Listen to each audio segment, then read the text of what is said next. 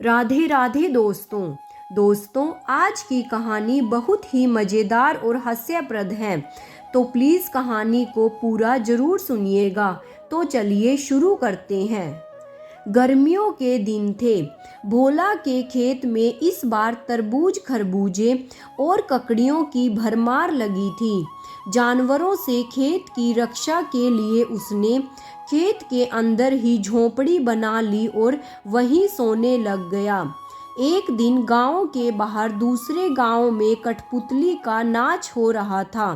भोला को भी कठपुतली का नाच देखने की बड़ी इच्छा थी, लेकिन अगर वह कठपुतली का नाच देखने जाता तो खेत में किसी के ना होने से गीदड़ और दूसरे जानवर खेत को सफाचट कर जाते। भोला यह सोच ही रहा था कि एक जटाजूटधारी महाराज आए और झोंपड़ी की तरफ उसको आते हुए दिखाई दिए।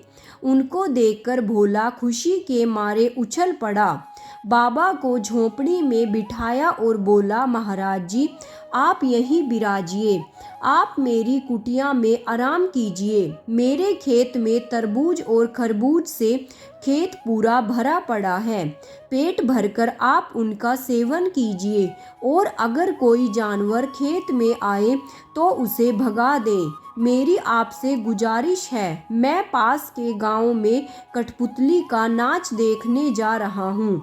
आधी रात के बाद मैं भी वापस लौट आऊँगा। महाराज जी को और क्या चाहिए था। वह बोले, खुशी से जाओ, बाबा जी सब देख लेंगे। भोला के चले जाने पर बाबा जी खेत में घुसे। चुन चुन कर मीठे तरबूज, खीरे, ककड़ी, खरबूजे सब खाए। खा पीकर आराम से लेट गए। पेट भर गया तो उन्होंने चिलम बनाई और झोंपड़ी के अंदर खाट पर जा बैठे।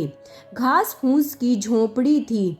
तिनके लटक लटक कर खाट को छू रहे थे। उसके पास ही घास का एक बड़ा ढेर लगा था।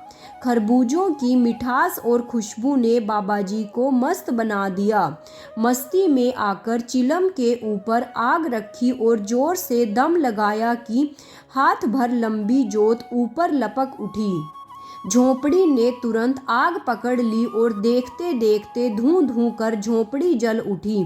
बाबाजी कूद कर बाहर आना चाहते थे कि अपनी ही धोती में उलझ कर गिर पड़े और आग की लपटों में जलकर भस्म हो गए।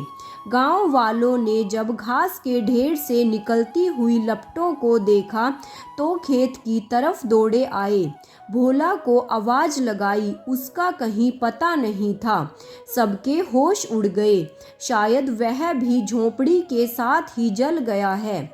उसके बड़े भाई ने बांस का एक डंडा उठाकर जलती आग को बरेंदा तो उसमें से लाश निकल आई।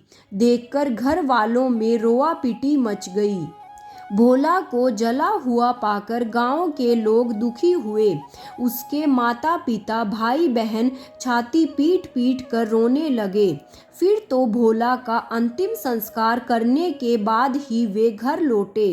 रात के तीसरे पहर भोला जब खेत पर आया तो देखा झोंपड़ी राख बनी हुई है। घास का ढेर भी फूक चुका है। उसे बाबा जी पर बड़ा क्रोध आया। कमबख्त खरबूजे भी खा गया और जाते जाते मेरी झोंपड़ी में आग भी लगा दी। घर के लोग अब क्या कहेंगे, सोचता हुआ वह गांव की ओर चल पड़ा। जल्दी से अपनी चौपाल के पास पहुंचकर उसने देखा कि गांव के लोग शोक की मुद्रा में चुपचाप बैठे हैं। बीच में हुक्का पड़ा है और लोगों की आंखें आंसुओं से भीगी हुई हैं। वह समझ नहीं सका कि ऐसा क्यों हो रहा है। सब लोग मौन क्यों बैठे हैं। चौपाल के एक किनारे पहुंचकर भोला ने अपने भाई को आवाज दी। देखते ही लोग चौंक उठे। एक ने चिलम उठाकर उस पर दे मारी। भोला कपड़े झाड़ने लगा। भूत भूत कहते हुए लोग भोला पर भाला और लाठियां लेकर उसके पीछे दौड़ पड़े। मारो मारो, भूत आ गया। लोगों को अपने पीछे भागते देख भोला तीतर की चाल हो गया, भागकर अपनी जान बचाई। वह समझ ना सका कि लोग उसे क्यों खदेड़ रहे हैं।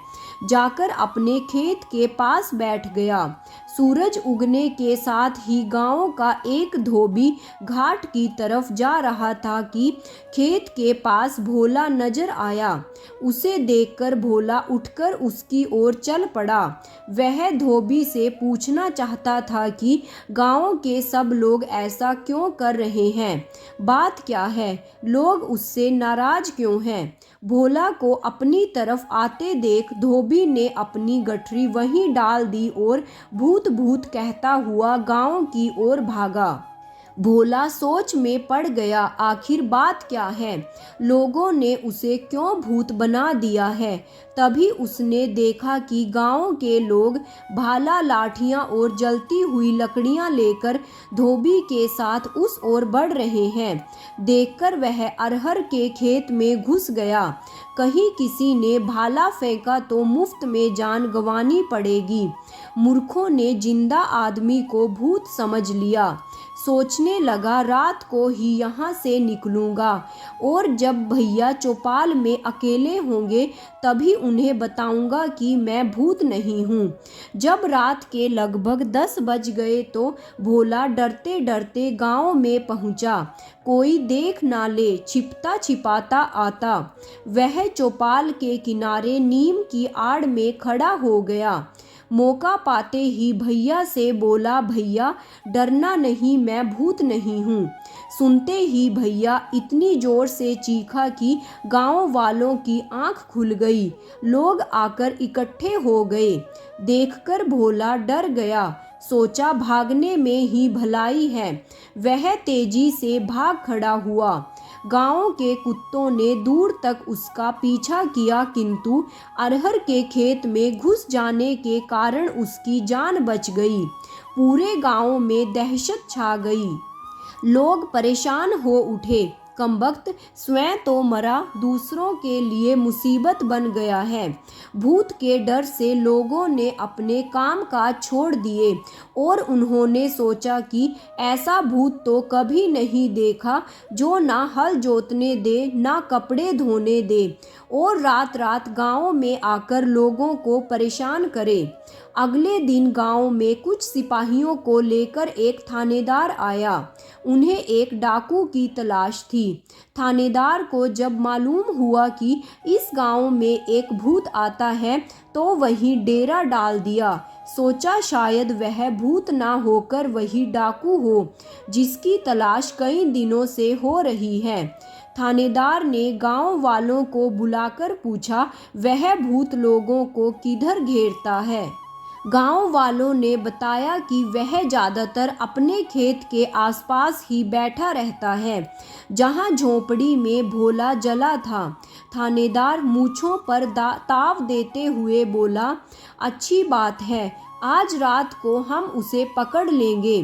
तुम लोग भी हमारे साथ चलना। रात हुई। चारों तरफ जब घना अंधेरा छा गया तो गांव के लोग थानेदार और सिपाहियों के साथ उस जगह जा पहुंचे। खेत पर जाकर थानेदार घोड़े से उतर गया। अपनी सुरक्षा के लिए सिपाहियों ने 2 खूंटे जमीन में गाड़ दिए और घोड़े की पिछली टांग उन खूंटों से बांध दी ताकि वह कहीं भाग न जाए। अब वे लोग भूत की तलाश करने लगे। भोला अपने खेत के किनारे लेटा हुआ था। लोगों को अपनी ओर आता देख वो उठ बैठा। सोचा पता नहीं अब कौन सी आफत आएगी। उसके मन में आया कि अरहर के खेत में जा छिपे, लेकिन यह कोई इलाज नहीं है। उसने ऐसा नहीं किया। वह कब तक लोगों से छिप छिप कर अपनी जान को बचाता रहेगा। इसलिए इससे अच्छा है कि खुलकर सामना किया जाए।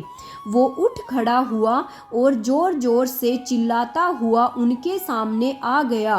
लो मुझे मार डालो, मैं भूत हूँ, जिंदा भूत। आओ मुझे पकड़ लो, पकड़ो पकड़ो। अंधेरी रात में भोला की आवाज़ दूर दूर तक गूंज उठी। सुना तो गांव वालों की हिम्मत टूट गई। वे भाला, लाठियां और मशाल वहीं छोड़कर भाग खड़े खड़े हुए। सिपाहियों में भगदड़ मच गई। थानेदार कूदकर घोड़े पर जा सवार हुआ। घोड़े को एड़ लगाई, किंतु घोड़ा उछल उछल कर वहीं रह गया। देखकर थानेदार की सिट्टी बिट्टी गुम हो गई। वह समझा कि भूत ने उसके पिछले पांव जकड़ लिए हैं, जिसके कारण घोड़ा भागने में असमर्थ है। थानेदार वहीं बेहोश हो गया। अगले दिन गांव में खबर फैल गई कि भूत ने कमाल ही कर दिया, थानेदार के घोड़े तक को जकड़ दिया है। अब उससे छुटकारा पाने का एक ही उपाय है कि उसकी मनौती की जाए। 13वीं करने के बाद प्रेत आत्माएं शांत हो जाती हैं। शाम को सारे गांव वालों ने मनौती की। टोकरियां भर मिठाइयां खेत में रख आए। भोला उस समय अरहर के खेत में छिपा सुन रहा था। उसका भाई हाथ जोड़कर जोर जोर से कह रहा था, भैया तू चला गया, लेकिन इस गांव के लोगों को माफ कर दे।